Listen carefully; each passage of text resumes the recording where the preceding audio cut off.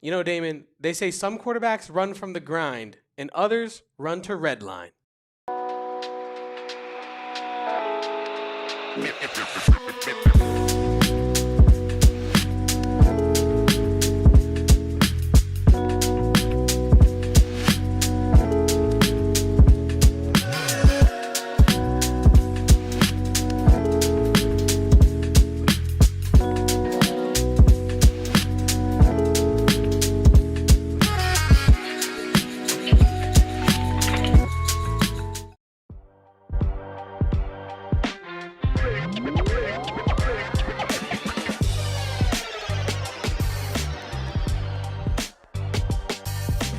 Welcome on in, guys, to the AZ Wildcats podcast, live from Studio K, presented by our friends over at Circle K. I'm Damon Fairall. That's Kevin Thomas. We are the AZ Wildcats pod, and we are, of course, presented by Branded Bills, as we always are on this fine show. Premium headwear and apparel. Head on over to brandedbills.com. Check out that campus collection for yourself. The best Arizona Wildcats headgear in the game. BBPHNX get you 15% off your first order. And Kevin, do we have a show for you today? We got all types of stuff to get to, whether it's the Holiday Bowl and getting our opponent set for Arizona's postseason matchup versus SMU, whether it's becoming the new number one team in all of the land in the sport of college basketball, whether it's Arizona State losing their quarterback, the godsend, the prodigal son that was Sam Leavitt is now gone after all the hate me and you received specifically from ASU fans for, even speaking on the name of the great Sam Leavitt. And of course, also we got a major announcement from a show standpoint today that we can't wait to share with all of you guys. But first off, before we get started, Kevin, how are we doing? How was your weekend?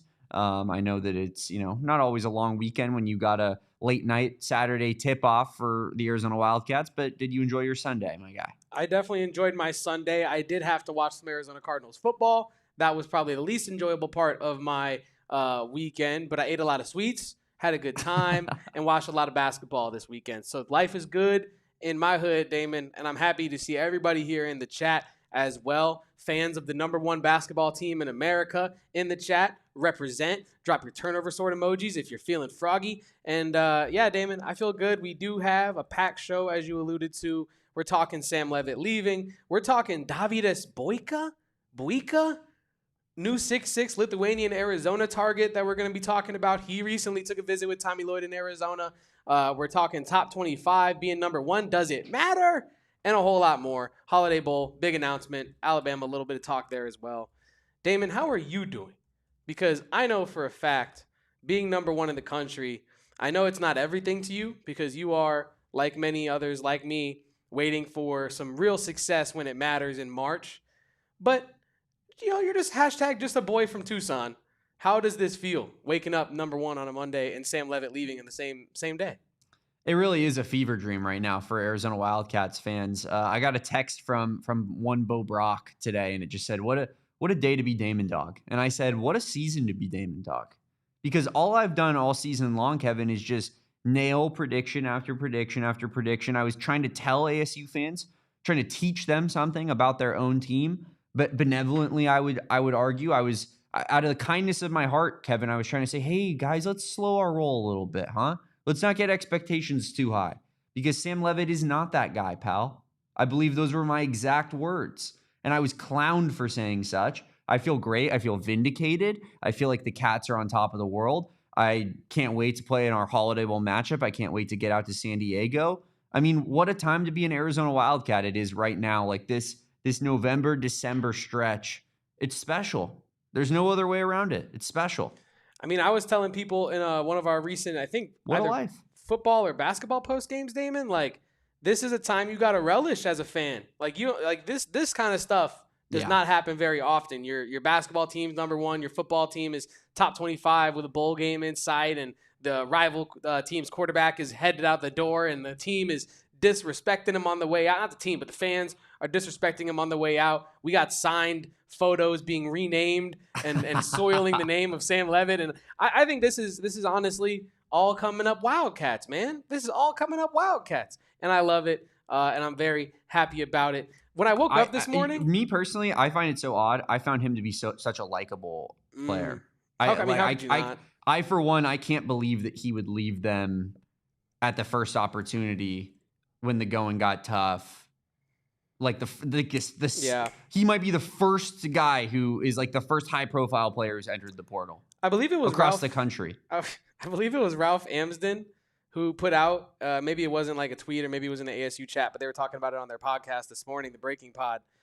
They were talking about how Sam Leavitt's been to 6 schools in 7 years, if you count high school. Correct. Yeah, he's the Jed Fish, if you will, of football players. And I feel as though, Damon, when we're talking about a guy in Sam Leavitt who, played admirably in that season that they had, the best season in recent memory for Arizona State, right?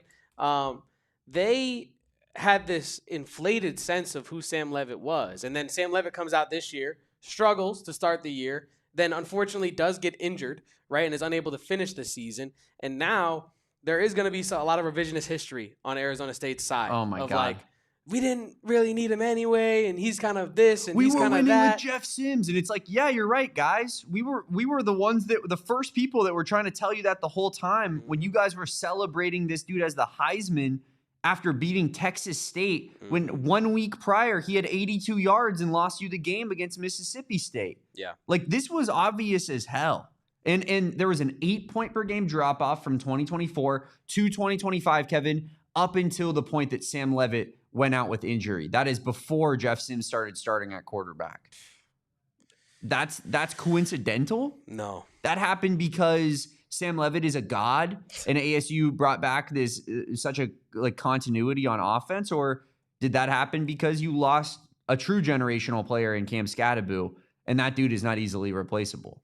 It's almost as if this podcast was saying those exact things daily at 2 p.m. Thank you guys for all watching, listening. Please like and subscribe. You know what I mean? Like, this is what we were doing all season long. It is pretty funny. Are we just sticking it here first segment with the Leavitt stuff and then getting into other stuff later, or like what's going on here? Because I kind of figured we can talk Leavitt to start. Okay. Let people get in the door and then talk a little bit of meat and potatoes a little bit later. Yeah, I love it. I mean, listen, this was never a guy that I was completely sold on from an on-field standpoint. I do think you can win with them, clearly. We've seen that. When you build the right team around him, Sam Leavitt can win. But I've often made the comparison to like Jalen Hurts, right? Where it's like Eagles fans have this overinflated view of Jalen Hurts because last year he had the number 1 O-line, one of the top 5 receiver duos, the best running back, the best defense. It's like, yeah, man, he should be winning the Super Bowl. Yeah. Sam Leavitt should have been winning the Big 12 with Cam Scadaboo and the best defense in the conference and the best coach. Yeah. Like, and he's a good player, but honestly, like, I don't think that this is that big of a loss for ASU. I mean, it might lead to a more of a transition year next year. It might like slow them down for 1 year, but in the long run, I think you can make the argument that like if Jake Fetty comes in, wins the job, plays in this next transition year, and then is ready to go in his sophomore season of like truly being ready to go, I think you can make the argument that this improves ASU potentially. So, I mean, as much as like ASU fans are going to have like the sour grapes opinions now, and we're going to laugh at them for it, I think that ultimately like they're kind of right to say that like we're going to be fine without Sam Leavitt. It's just funny to hear it now after what we had to hear for an entire calendar year of, oh, this guy's the Heisman. Yeah. Oh, this guy like, takes craps better than Noah Fafita at football. See, that's my thing. Oh, you're midget QB. I think Sam's the hottest QB in the Big 12. And you're like, what? Wait, how did we go from playing football to you being attracted to Sam Leavitt? Like, the disrespect from a Fafita standpoint to Leavitt was where we were, I think, like, this is where a lot of it stemmed, acting like they play different sports. Mm-hmm. And it's like, you know what? My guy proved that it's not all about, the aesthetics necessarily. Some of it's about the intangibles. what you do off the field, how much your teammates respect you, and also just like having the want to have a legacy at his university, his respective university. Noah Fifita cares about his Arizona legacy. That's why he was never leaving despite all the offers that he got. It's not, you can't say the same for everybody, but these people acted like it was the same. Yeah. And that's why it's funny today. And I think the thing with Sam Leavitt that you and I have been trying to tell Arizona State fans like the whole time is that he's not the quarterback that you think that he is. And we were told in response that every throw that Noah Fifita could make, Sam Leavitt could make it, and he could make it 10 times better. And if there was a throw that Tom Brady made, that Sam Leavitt probably taught him how to throw the ball just like that. And now that he's gone, they're agreeing with us that he had mid-arm talent and special running ability. And when you paired him with an NFL caliber running back in Cam Skattebo, it supersized what he was able to do. He struggled in that first year that they actually, not the first year, but that year that they actually ended up in the Peach Bowl. He struggled to start that year, to my memory. And he found his stride. He clicked. Cam Skattebo took off, and the story is history, right? This year, he struggles. Unfortunately, he gets injured, so we never know if he was going to make it click with this year's team or not. Mm-hmm. But I think it's, like I said it in the cold open, some quarterbacks run from the grind, right? That is what this is. Things are not flawless right now for Arizona State, and Sam Leavitt is not like that, right? If you listen to Anthony Totri, who I think has done really good reporting on this situation, right? We all make jokes, back and forth because we went to different schools and whatnot, but he works very hard, and he does a very good job, and so I want to give him a shout out for that. And what, he was Totri? Yeah, and he was saying, I actually put it here if you want to grab it, and put it on screen. I put the in our Slack, Kevin. Yeah. I put the report of that Anthony Totri put together because he does deserve credit. I think that's really a great scoop, great job from someone that works at this company, and he ultimately. It seemed like it was obviously trending in that direction, especially with these Chris Cartman tweets that were also put off last night. But Anthony Totri this morning ultimately gets the scoop here that Sam Leavitt has entered the transfer portal, and that he intends or I guess that he intends to enter the transfer portal is the technical wording here. But shout out Totri for that report. And yeah. And additionally, shout out Totri for bringing to the table a new information on the Breaking Pod this morning that I was listening to. Maybe a little bit of hate watch. You know what I mean? I'm a rival fan. What am I going to say? But he did say that, this is not about money. I was there lurking in the shadows. Exactly. I'm not going to lie. I threw a turnover sword emoji in there. Nah, I see. I wasn't going to cake a couple guys down while they were down. Pre-show. I was just going to sit there and just listen, and I just wanted to hear what we had to say on the matter. Well, what they did have to say on the matter, specifically Totri, was that this is not about money. This is not about him hating Kenny Dillingham and, having beef with anybody. This is not what that is.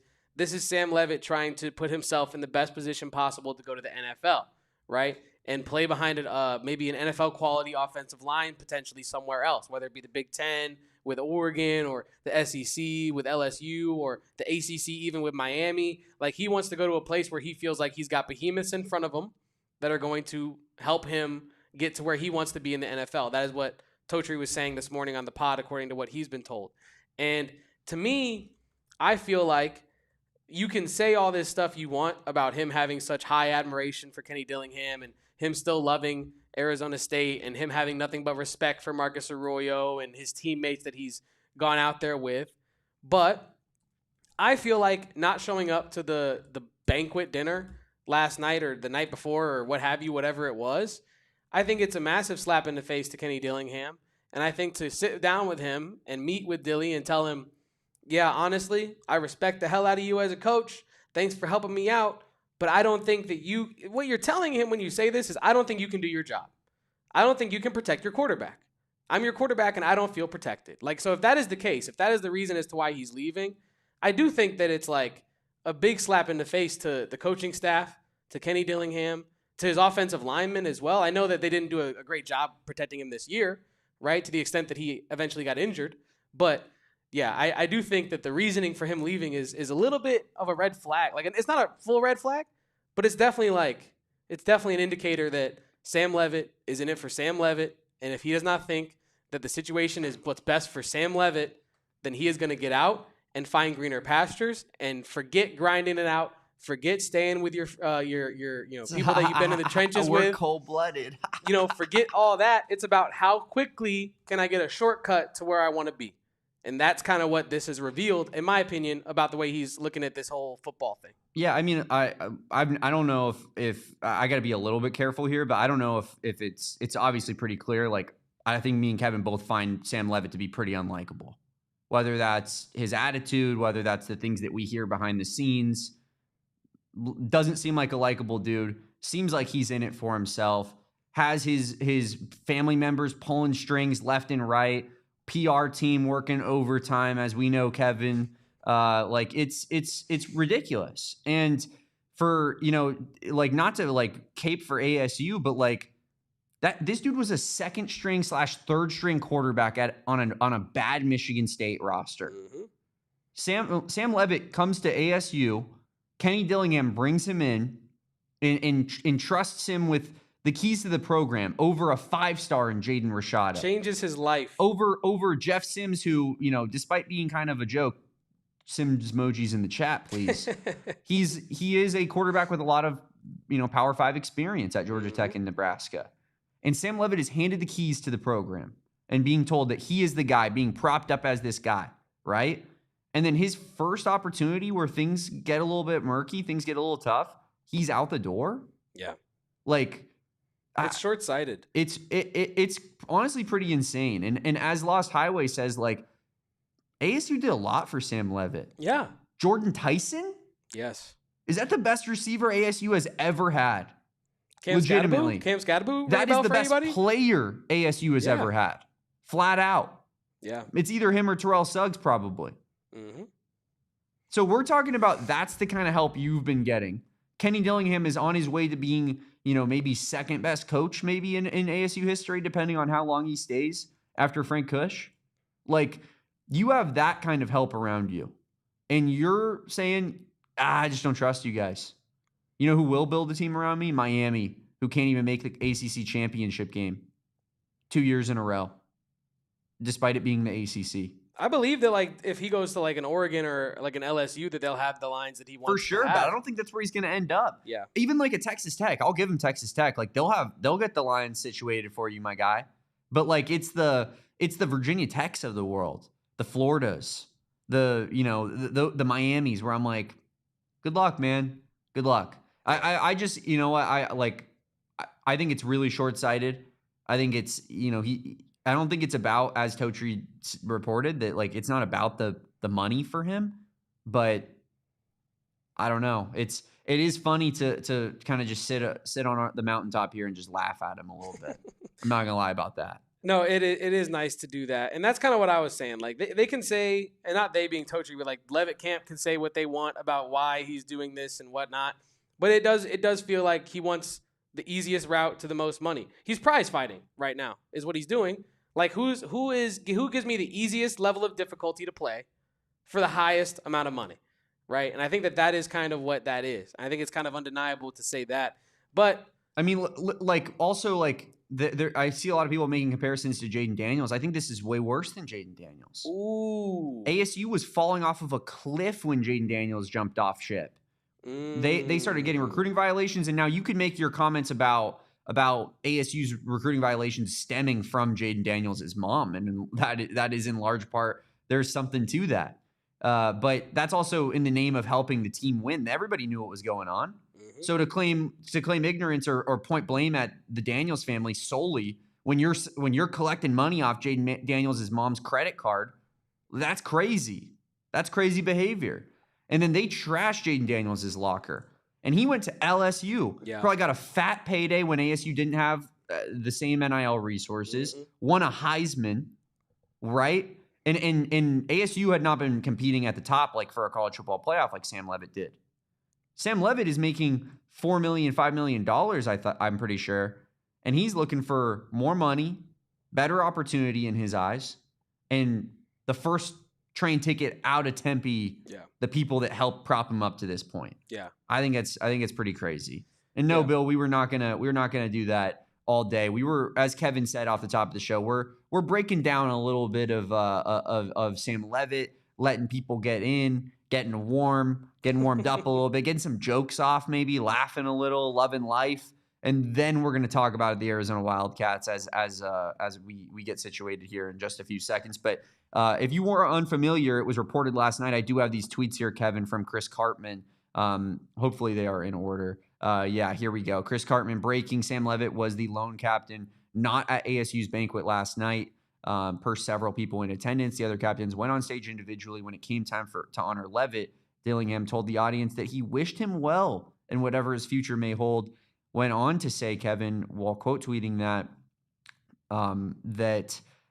Dillingham told the audience it would be cowardly not to mention Leavitt while recognizing the rest of the team's captains.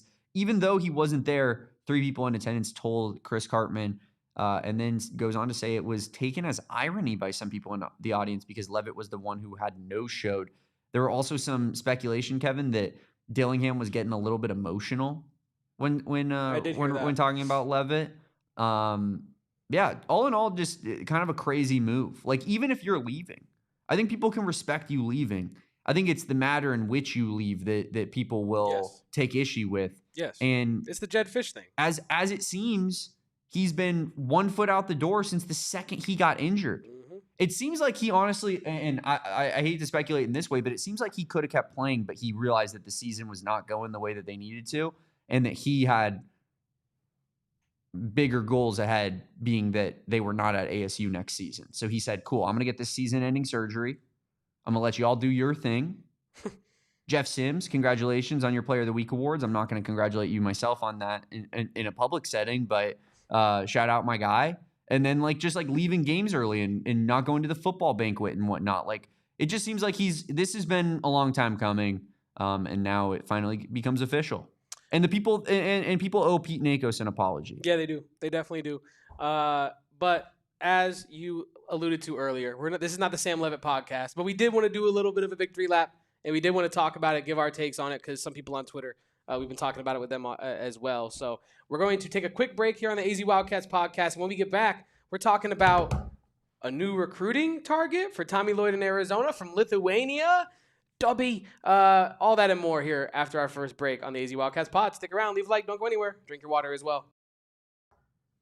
You know, when your team is the #1 team in the nation, we celebrate very hard, and we cheers the hardest with our friends over at 3 Amigos Tequila, because that Ramona's Reserve, Damon, it gets me through these celebrations of big Arizona Wildcats victory. And it's not just their well-spiced, smooth, and sweet Ramona's Reserve. It is also their Blanco, their Añejo, the whole lineup of 3 Amigos. And you can get their Blanco at Circle K right now. And I'm talking about a local family-run business, 3 Amigos. They have been doing it in the Valley for quite some time. Founded in 1939 and crafted in Mexico with 100% blue Weber agave. It's award-winning for a reason. Smooth, bold, and made for moments that matter. So this season, tailgate, toast, and celebrate with the Valley's favorite tequila, 3 Amigos. And we also thank 3 Amigos for sponsoring our Shots Fired segment on our pregame shows as well. Shout out 3 Amigos Tequila, and as Kevin said, head on over to a Circle K and check out that 3 Amigos selection for yourself, because they got a brand new partner in 3 Amigos Tequila. And Circle K is really just America's thirst stop for a reason, whether it is you getting yourself some alcohol, hitting up that beer cave, which of course I love so much. Circle K is just the only stop to get some drinks in your system. It's my go-to caffeine stop as well, Kevin. I gotta hit up Circle K if I need an energy drink or an iced coffee. Circle K is the only place that I'm going to. And of course, when it comes to gas, no one is giving you cheaper gas out there in the state of Arizona and really just across this country than they are doing at Circle K. Join the Inner Circle for free by downloading their brand new free app. You just plug in an email, you choose a password, and it is that simple to sign up. You put in that phone number at the pump every time, and the savings are right there in front of you. 25 cents off per gallon on your first 5 fill-ups, 3 cents off per gallon every time you fill up off after that until you hit premium status, and you'll save 5 cents off per gallon every single time you fill up at the pump. That's what me and Kevin are on. We're on that premium status. Meet us at the top. Meet us on the top of that mountain, similar to the Arizona Wildcats. Getting to the top of that AP poll, Kevin. That is how you have to reach that premium status over at the Inner Circle membership Check out those benefits for yourself. Join that inner circle for free by downloading the Circle K app. Terms and conditions apply. Visit circlek.com for details. Welcome on back into the AZ Wildcats podcast, and we are about to talk about a new recruiting target for Tommy Lloyd in Arizona. That is one Dovydas Buika.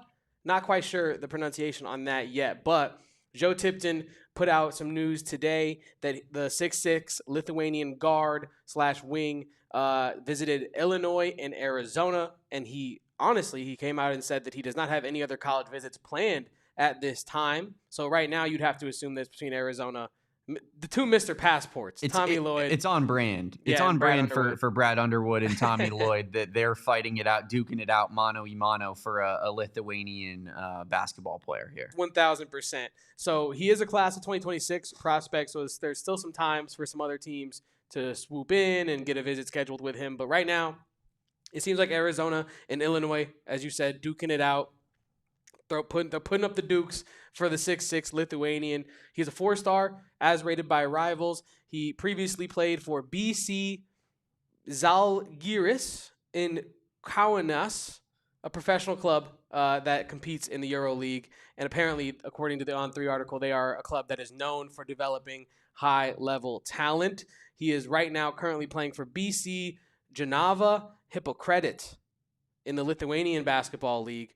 Now, I've seen a couple different posts about him on social media, and one post, specifically from FIBA Basket is highlighting the near triple-double that he put up in the Euro basket competition this past summer.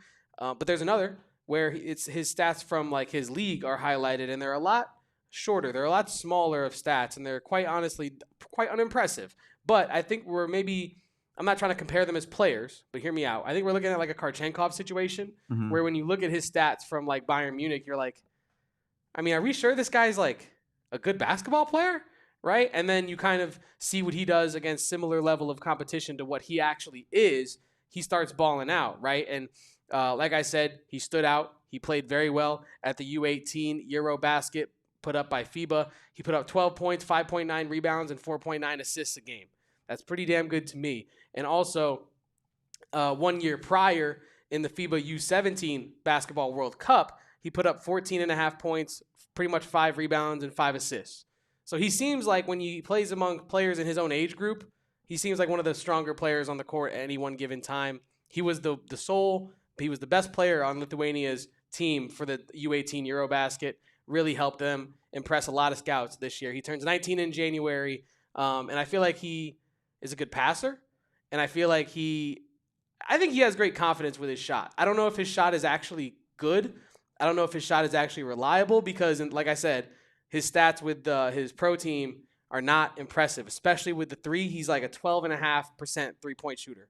But in other contexts, he's like leaning, chopping it against guys his own age. So I feel like with good coaching, proper coaching, that shot can become reliable. And also, I think he has solid defensive intangibles like timing, rotations, transition basketball, like turning defensive stops into buckets on the other end. He's solid at that. So this feels like a Tommy Lloyd kind of player. Now, the degree to which, like, is he a superstar? I don't know. I don't think so. But he could. I'm not going to try to put a ceiling on him, but I don't think he's that kind of a player. But he is well-rounded. He does have a good eye for the game of basketball. Like, he has good IQ, good facilitator. So there's a lot of bones here. It's like walking into a house with good bones. And you're just like, I could do something with this. I could really do something with that. Yeah. I hear you there. Sam Alberts, the next Pelle Larsson is on our current roster. His name is Ivan Kharchenkov. So maybe Correct. He's the next Ivan Kharchenkov is how that works, I think, in this section plan there. But couple programs that have not only experience recruiting a lot of European players, but specifically Lithuanian players, Kevin. Yeah. Tabelis, both the Tabelis brothers, obviously Ažulis Tabelis being the more impactful player there, were Lithuanian, and then Jakusionis, who is now on the Miami Heat, recent draft pick from Illinois, is also Lithuanian. So recent experience recruiting in the Lithuanian ranks. And it's going to be, as far as two programs that are duking it out, I don't think that you could find two more that would make more sense here, Kevin. Like if I put a gun to your head and I said, there's a Lithuanian basketball player He just took 2 visits. Which visits were those places? You probably would have been like, Arizona and Illinois. Okay, you're free to go. Definitely. And I think that in terms of like what Tommy Lloyd's going to need to do going forward with his roster construction, Damon, it feels like the Illinois route is something that Tommy Lloyd is probably looking at as something he wants to partake in himself, of having just a ton of foreign basketball players on your team in a year where you need to retool and rebuild your roster the way that Tommy Lloyd's going to have to do this upcoming year. As it appears to me that you're going to have a lot of moving parts after Koa Peat leaves and a lot of these other guys like Jaden Bradley leave. It's going to leave a lot of PT, a lot of playing time, a lot of minutes to divvy up. So hopefully Davi ends up in U of A jersey and we can root him on in McHale. But moving on, Damon, to some other good news. Arizona's number 1 in the country, baby.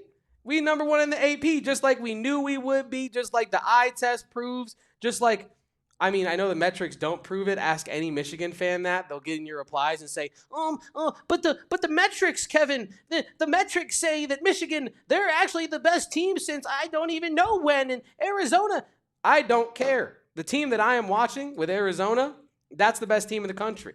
I understand what Michigan's doing, and I'm not saying it's a huge gap between the two teams. In fact, they're on a tier with Iowa State of kind of like their own of teams that are just putting BTA right now, belt to ass right now. And I think Arizona deserves this number 1 spot, right? I think that the way they've come into this year, night number 1, kicking off the year, getting the defending champs out of there, heading into LA in a semi-road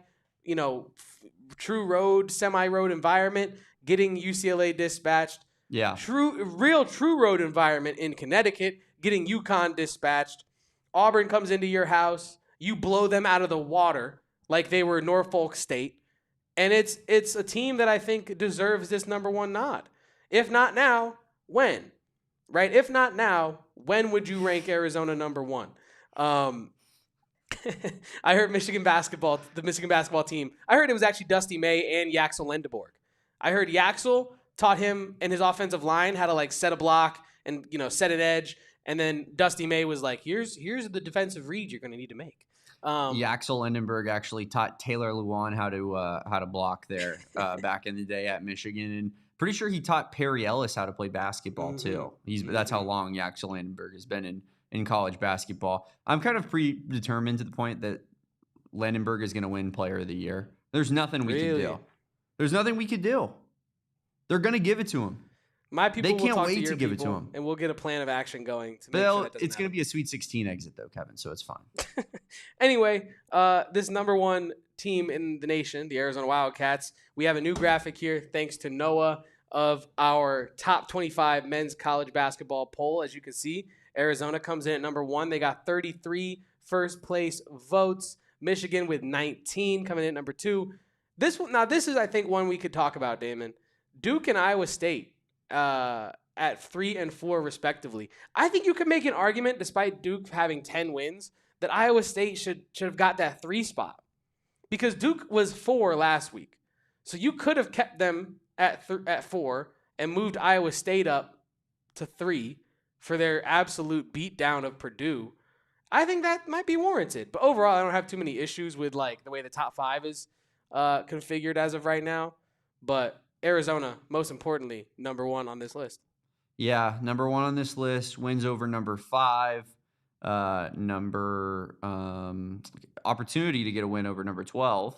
21. You got a win over number 18. You have a win over number 21, and you have a win over number 25. Not a bad resume there, wow, Kevin, this early on into the season. And honestly, like Arizona being number 1, helping those teams out as well. Yes. The fact that they're losing those games to number 1, and so the AP poll voters are like, well, UCLA still belongs in the top 25. They lost to Arizona. Auburn shouldn't move down that far. They got beat by 30 twice, but it was the number 1 and number 2 teams. We are happy to provide that for these teams. UCLA, if you need us to beat you so that your losses look good on paper every year, feel free. We are right here. We'll be in the same spot. We can't wait for next year. Cannot wait. I love it. I absolutely love it, Kevin. Damon, in other news, we're going to keep talking about this number 1 ranking for Arizona, but I have breaking news. I mean, real serious breaking news. DJ Airhorn, play it. You know what's coming, Damon. You know what's happening here. Wow. We have a shirt. The Turnover Sword shirt is live. And I'm going to drop the link here in the chat shortly. But this shirt is live. The Turnover Sword shirt has arrived. It is here. Get yours now. Get yours today. People in the chat said they wanted a Turnover Sword shirt. Damon and I are nothing if not men of the people. And we walked into Espo's office and demanded a shirt. And Espo said, you know what? Your chat has been so lit.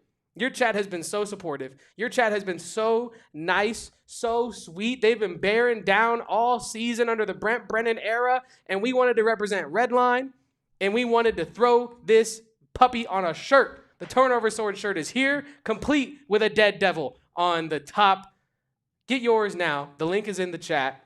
If I don't see all y'all rocking this ASAP with me, we going to have some problems. And that's a fact. That's a fact. Turnover Sword shirt is here. Kevin, has there ever been a shirt better in the history of this company? I think not. Redline, check. Turnover Sword, check. Sparky, impaled by the sword, check. It's just beautiful. It's absolutely beautiful. Like I said, or like Kevin said, go check it out on the store. If you guys so decide, you can become a diehard and you can go ahead and get that shirt for free as a part of signing up to become a diehard.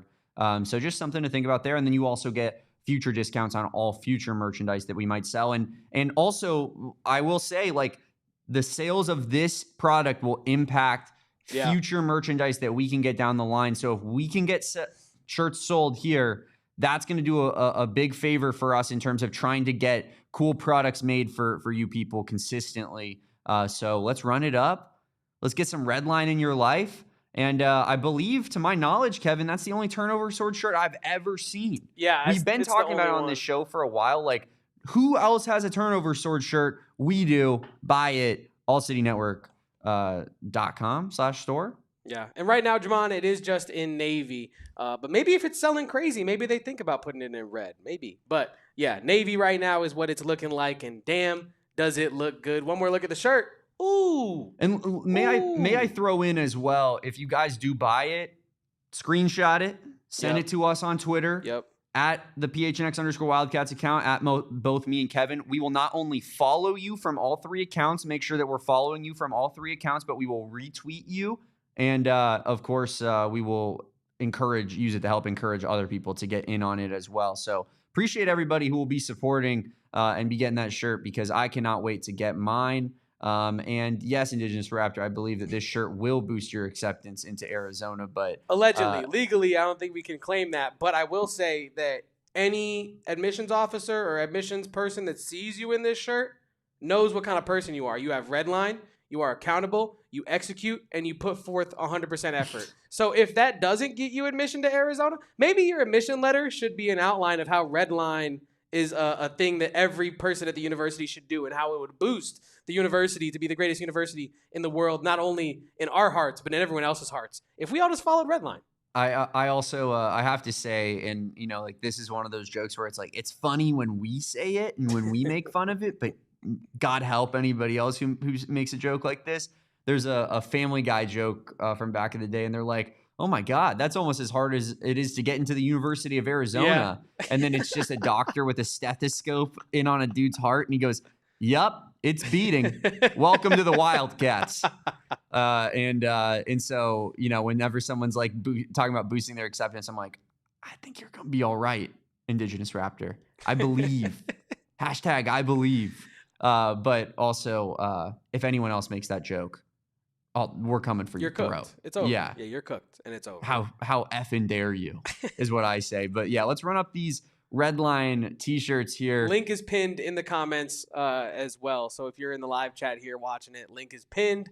Go check it out. Go get yourself one. I will be getting myself one after this show ends. Can't wait. Damon, can't wait. Let's keep talking about this wonderful basketball team we got. Yeah, we do have a wonderful basketball team, Kevin. Because I feel like this is something I wanted to ask you. Please. Because I don't know which side of the fence you and I are going to be on with this, but a lot of people on social media, when you and I try to have this conversation, what response do we get? Doesn't matter if it's not number one when the season's over. I don't give a damn what's going on in November, December, January, February. Talk to me in March and April. And I hear those people. I actually do hear those people. because you don't want to be the team that you don't want to be Purdue. You don't want to be like a team that's number one all year, and then when it gets down to the crunch time, they're not about it. I get that. Well, kind of. I mean, not to be this guy, but like that's kind of our MO. No, as I get a program. you. I get you. Like it's time to tangible results in March. Yes. Need it. So my question to you is, does this matter? Does being number one in the country even matter? Does it?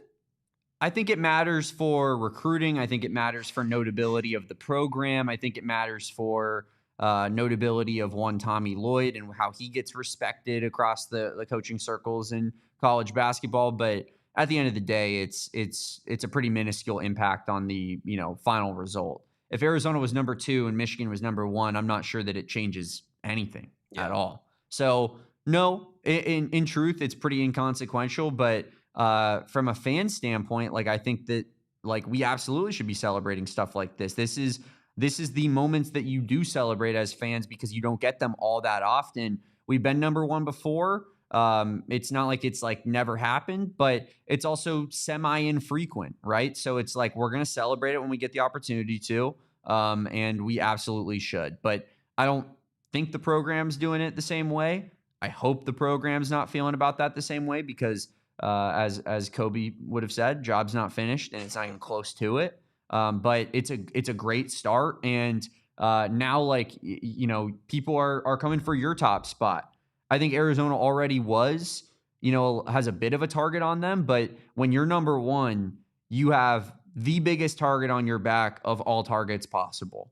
And now you are everyone's Super Bowl. So you're about to get every team's best shot. And I think that in a way, like if even when you lose, but that can push this Arizona team to being even better by getting that best shot from every team, because that's exactly how it's going to be in the NCAA tournament once March rolls around. So I mean, all in all, inconsequential, but I'm still going to pump it up and make it into the biggest deal ever. That's my job. It is our job. And the last time Arizona was ranked number 1, I'm sure we all remember, was 2023. This is the 3rd time the Wildcats have been ranked number 1 in the AP under Tommy Lloyd, which I think that deserves some plaudits. And I think that this also marks the 40th week that Arizona has been on top of the AP poll, which would rank them 9th among all programs in the country. So I think that's kind of more so why this matters. I think being number 1, like you said, does not matter in terms of on-court performance. It should not. I say should not matter in terms of on-court performance. But why does the being number 1 in the AP poll matter? I think it's because it's an indicator not only of, current team roster production and health, but it's also an indicator of program health. You don't have an unhealthy program at number 1 in the country. That you don't just fall into being number 1. You have to earn that at some point. Now I know Purdue, starting of the year, that's a little bit different. Like preseason, that's a little bit different. But once you get a couple weeks into the year, being number 1, as Kobe said in the chat, is people recognizing that you are playing the best ball in the country. And I think that matters, right? Being like, this is not Arizona's case, right? They're not an undisputed number 1. But having a vast majority of the votes in the number 1 means that most people that are watching these games walk away saying, that's the best team in America, and that's the squad to be messed with. That's the squad that you got to beat to really be the best right now. And that is fluid. That is something that changes throughout the season, right? Arizona's going to have to, as you said, continue this consistent high level of play with Alabama less than a week away in Birmingham. That's a game that Arizona could lose straight up, right? I mean, Prim was saying it on Twitter earlier, and I didn't really like that he said this on Twitter, known Arizona fan Prim. But he was saying that he went to Indianapolis last time that Arizona was number 1, and they lost. And now he's going to Birmingham, and Arizona's ranked number 1. I would like him to sell his ticket. I would like him to cancel his flight. And if he can't cancel his flight, start booking some touristy crap to do, because I don't want to see you in that arena, Prim. I don't want to see it. I love it when people will be like, if you were a true Wildcat, you wouldn't even go. Like when that's the replies that you get, and I'm gonna need you to hand over your degree, bro. Dead serious. Like, that whoever's typing that out, like, I know they love their cats, but like they're dead serious when they say that. Like, man, if you really were an Arizona fan, you'd be finding someone else to get those tickets off you.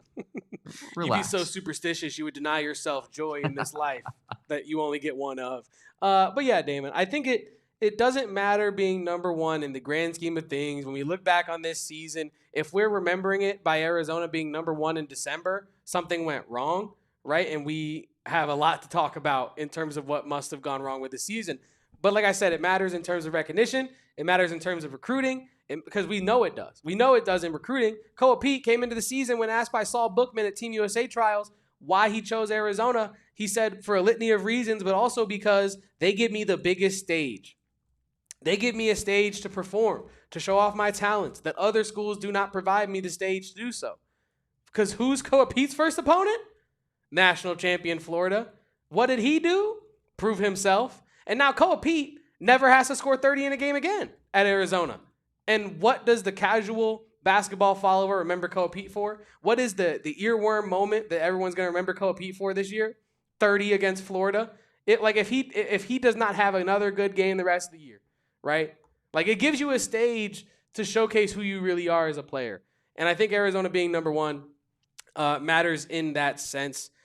And we talked about Michigan a little bit. We talked about Duke a little bit. Iowa State, Damon, Big 12 team, number 4 right now in the top 25. They are playing some of the best basketball of anybody in the country. They put the belt. They truly are. Yeah. They put the belt to Purdue. We're looking at a team with Taman Lipsey, Milan Momcilovic, and was it Jackson or Jefferson? Damn, that's my bad, not knowing ball. But they have 3 guys that could be All-Americans on that team legitimately. And that is someone in the Big 12, as a fan of Arizona, that I'm looking at saying, I don't want to see them right now.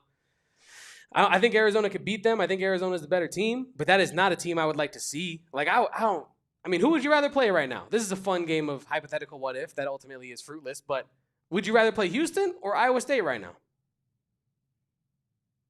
Man.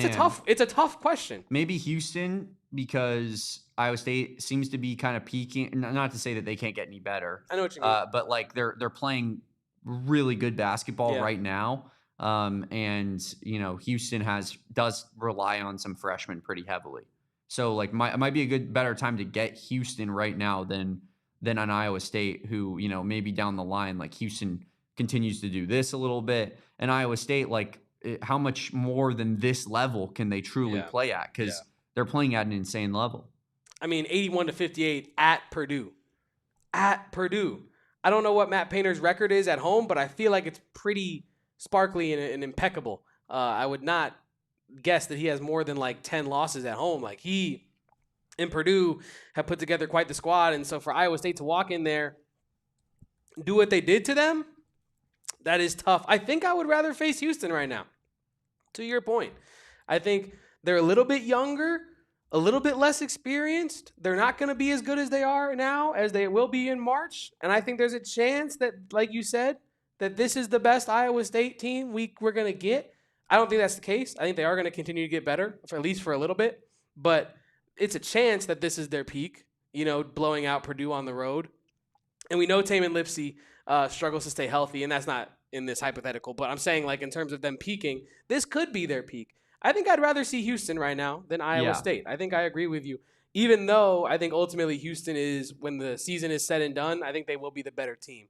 Give me Kingston Flemings and Chris Sinak over the course of a year as opposed to what Iowa State's got. And I'm not saying that they have a bunch of bums. Taman Lipsey, Momcilovic is an absolute killer. The Big 12 is going to be crazy this year, Damon. Absolutely crazy. We got more to talk about on the Arizona Wildcats podcast. We're talking Holiday Bowl.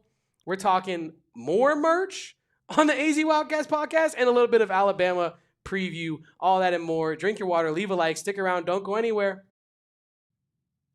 If you want to either unwind, relax after these big Arizona Wildcats victories. I know it can be hard to come down from these highs that we're riding after Arizona basketball gets it done night in and night out. Kevin, I was up till 3 a.m. on Saturday because of the Arizona Wildcats. That's how fired up I was. It is a good burden to carry, but if you need some help, our friends over at Pure Edibles are there for you, because not like other competitive edible brands where they have these, sugary loaded things and they taste like chemicals. That is not what you're getting with Pure Edibles. This is a full-fledged candy company offering gummies, hard candies, kicks, and caramel-like chews in all of our favorite varieties. I'm talking CBN, CBG, CBD, and marijuana-derived THC. Pure gummies are designed to be ripped or bit in half, making them easily shareable or easy to dial in your exact dose. And you're wondering, do all the gummies just help you with falling asleep and unwinding? No. They have clearly listed effects on the outside of each tin, so you know exactly what type of vibe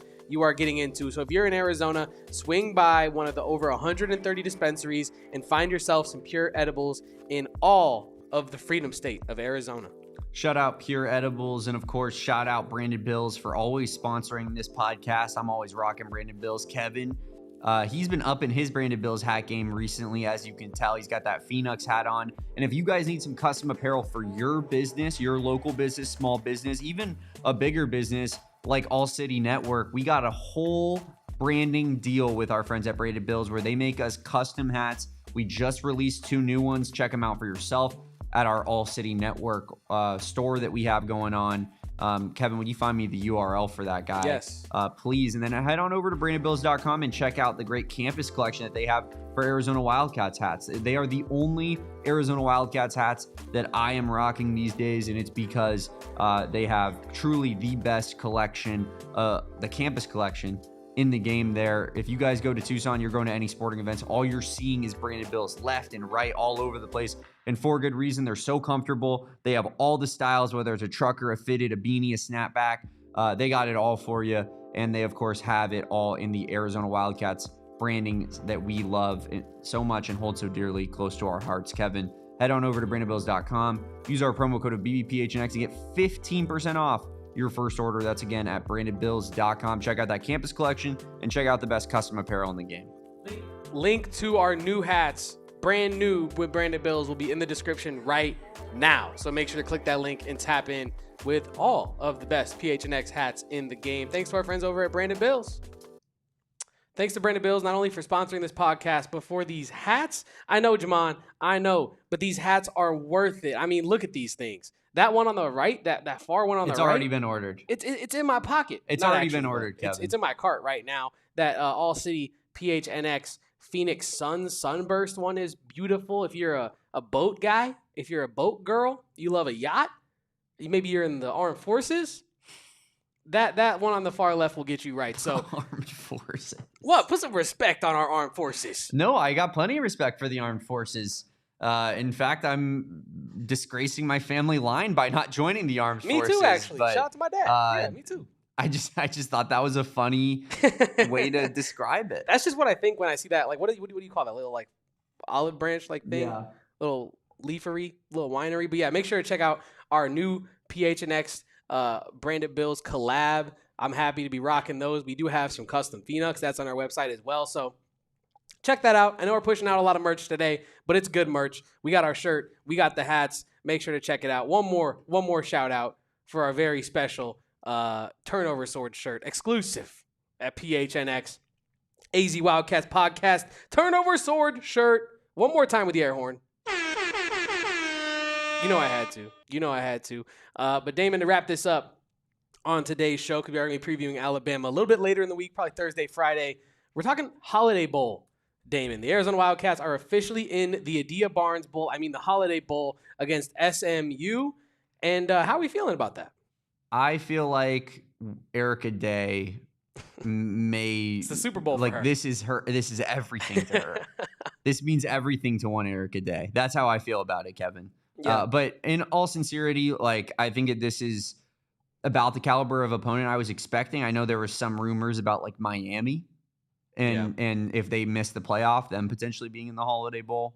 That seemed like the upper echelon of opponent you probably could have gotten. There was a little bit of discussion about Notre Dame after them missing the playoff, being kind of fought between like I think it was the Holiday Bowl, might have been the Gator Bowl or the Citrus Bowl, one of the two of those, and I think the Alamo Bowl. And there was just kind of like a fight going on for Notre Dame.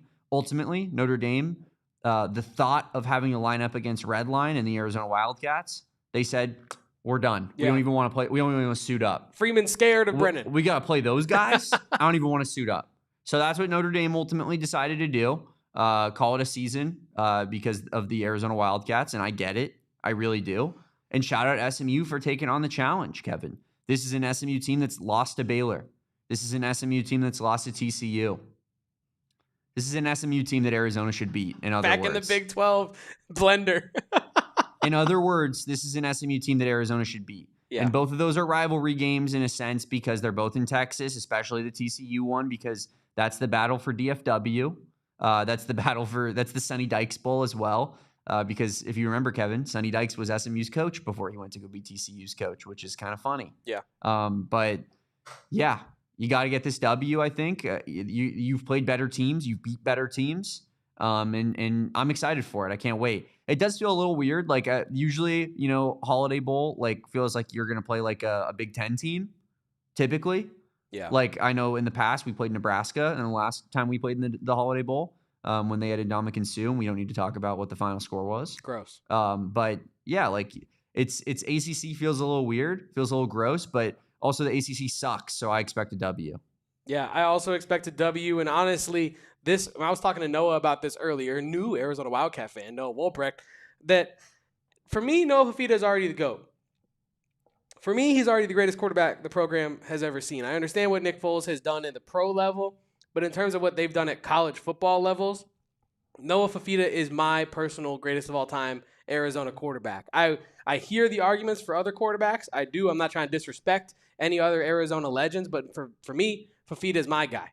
And I think if he is able to get another bowl win with a year in his pocket left, right? Because, that is what we're looking at here. And I think if we believe in these coordinators the way that we do believe in these coordinators, if we believe that they're going to stay the way that we believe that they're going to stay, Noah Fafita has the chance to have 3 bowl wins at the University of Arizona. That is unheard of. 3 bowl wins in a career at the University of Arizona. Who's messing with that? Hopefully Oscar Rios is messing with it and he gets 4.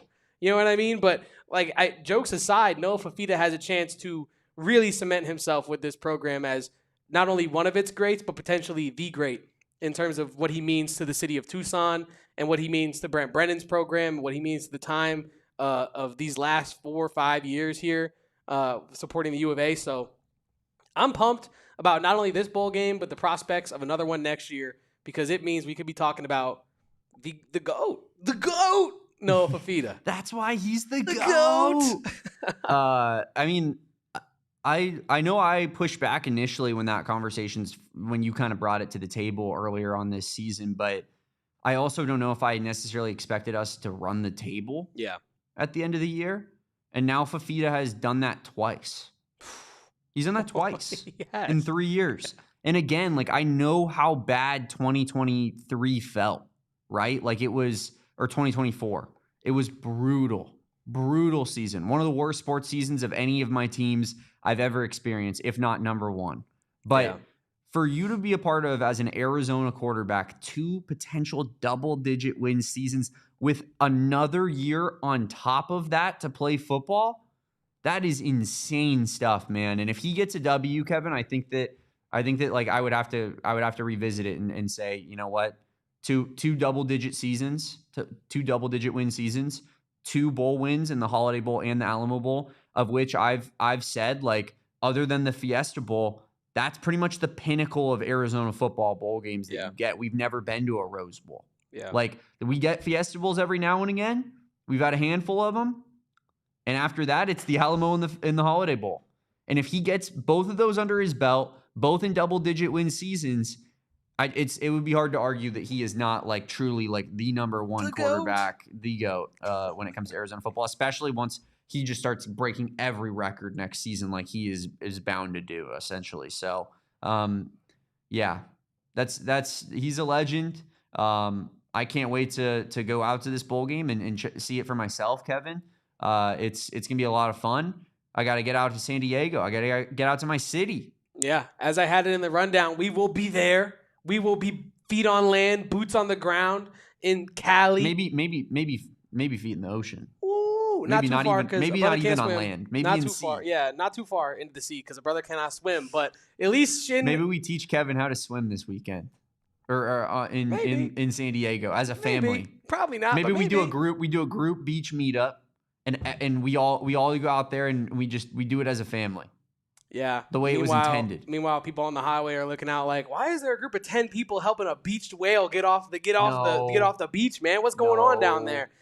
Kobe will also be there. I saw that on Twitter. Shout out to Kobe, hoping to share a pint, not a shot, because he doesn't do that, with Kobe out there, and let us know if you will also be in attendance at the Holiday Bowl. Would love to meet up with some additional, not only listeners, but Arizona Wildcat fans. If you hear this and don't listen to our podcast, I don't know how that happened, but meet up with us. Maybe learn about the podcast. Get ready to learn Arizona Wildcats podcast ball, because that's what we're doing out in San Diego. Dago. As Andrew, my boy Andrew puts in the chat. Andrew cannot will be there. Wait. Andrew will be there, so I'm very, very pumped. Congrats to ASU on their Sun Bowl as well. They're going to start calling it, I believe, the Arizona State Sun Bowl, which is the Sun Devil Bowl. Yeah, the Sun Devil Bowl. It's fantastic. El Paso truly is Sun Devil country. San Diego, on the other hand, Wildcat country. Yeah, no, yeah, definitely. And Damon, my most important thing, now this is a personal thing. This is not an AZ Wildcats podcast thing. This has nothing to do with Damon. It's got nothing to do with Brent Brennan. It's got nothing to do with the DRF. It's nothing to do with, it's personal. Did you just say hashtag it's personal? No hashtag and no fraudulentness here, because it actually is personal. The last time I was in San Diego, Damon, I need to wipe that, not from my memory, but I need to wipe that from my recent San Diego trip memory, right? The last time I was in San Diego, I was a sophomore at the University of Arizona. Mm-hmm. We were out there for spring break. Okay. And we get out there, we're having a good time. Sure. No alcohol involved because we're not of age at that time. Absolutely not. Of course not. Of course not. Drink responsibly. And we all get an email about COVID saying, you can't come back. You're not welcome here, big dog. The dorms shutting down. And we're just on a beach somewhere having a grand old time. Weren't you living at the cottages at that time? Then maybe I was I don't know, because I was not. I was not living at the cottages as of yet. That must have been your freshman year then, because it was my junior year, and I had it worse than you, Kevin. It would have been second semester of my freshman year at that point then. Well, first off, you're not walking back in the dorms that's a big, nasty, that hurts. But dude, when you're on a beach at an Airbnb and you're like, oh, I'm homeless now. Yeah. Okay. Literally, I guess I'm staying here on the beach, and I'm living on it, right? Like, I'm living on the sand. Yeah. There's worse ways to live, I guess, but I was in Mexico. I was in Rocky Point when I got that. Like, wow. They were like, we're shutting down the border. And we were all like, oh no. I was just on the other side, but at least I was on this side. The border? Like, wait, that's our entry point? No, our exit point? We all were like, are we Mexican citizens now? Do we live in this country? Like, is this where we're at? Are we going to have to hire people to kind of try to sneak us through? Like, it felt like that at one point.